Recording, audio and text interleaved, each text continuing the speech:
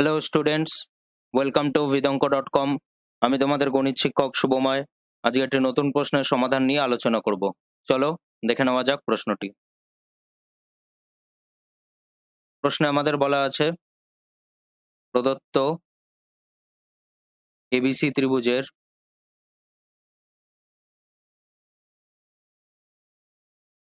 BC, CA, বিসিসিএ ও AB বাহুর মধ্যবিন্দু যথাক্রমে ডি ই ডিই এফ যথাক্রমে ডিএফ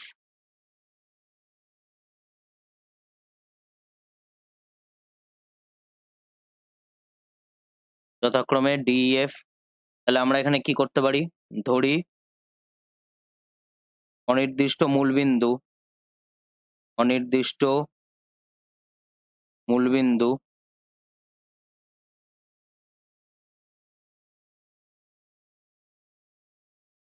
ও এর সাপেক্ষে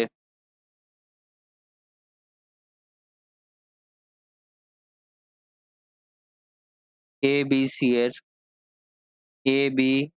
এর অবস্থান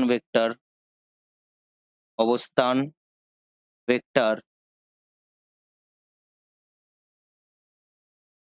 আমরা এখানে ডাইরেক্ট লিখতে পারি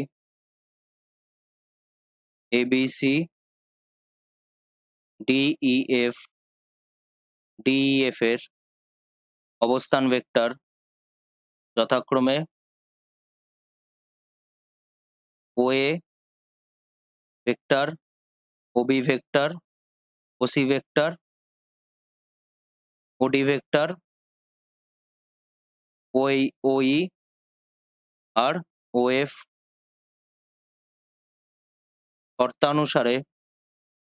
শর্তানুসারে যেহেতু আমাদের বলা আছে বিসি বাহুর মধ্যবিন্দু ডি,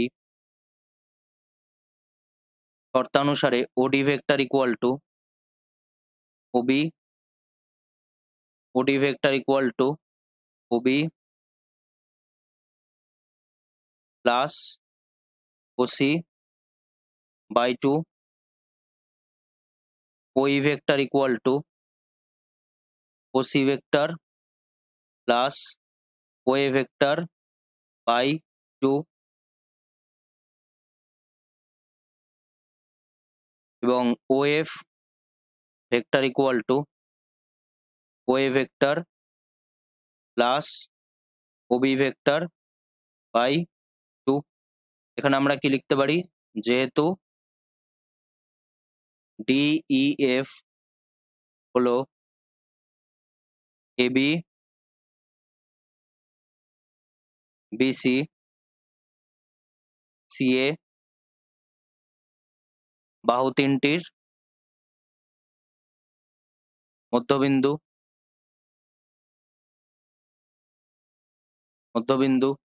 তাহলে আমরা এখান দিয়ে কি বলতে পারি?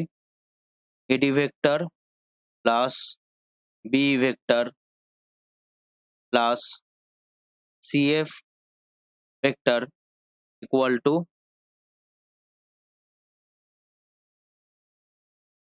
ওডি minus OA plus OE minus OB plus OF minus OC. তাহলে ওডির জায়গায় আমরা কি লিখতে পারি? ওএ ভেক্টর প্লাস, ওডির জায়গায় আমরা কি লিখবো? OB vector plus OC vector by two minus OA vector plus OC vector plus OA vector by two minus OB vector plus OA vector plus OB vector by two minus OC vector. তাহলে আমরা এখানে যদি লসাউ করি কি পাবো? OB vector plus OC vector minus two OA vector plus plus OC vector plus OA vector minus 2OB vector plus OA vector plus OB vector minus 2OC vector by 2। তাহলে আমরা যদি দেখি এখানে প্রত্যেকটি টার্ম এখানে ক্যান্সেল আউট হয়ে যাবে, প্রত্যেকটি টার্ম এখানে ক্যান্সেল আউট হয়ে যাবে।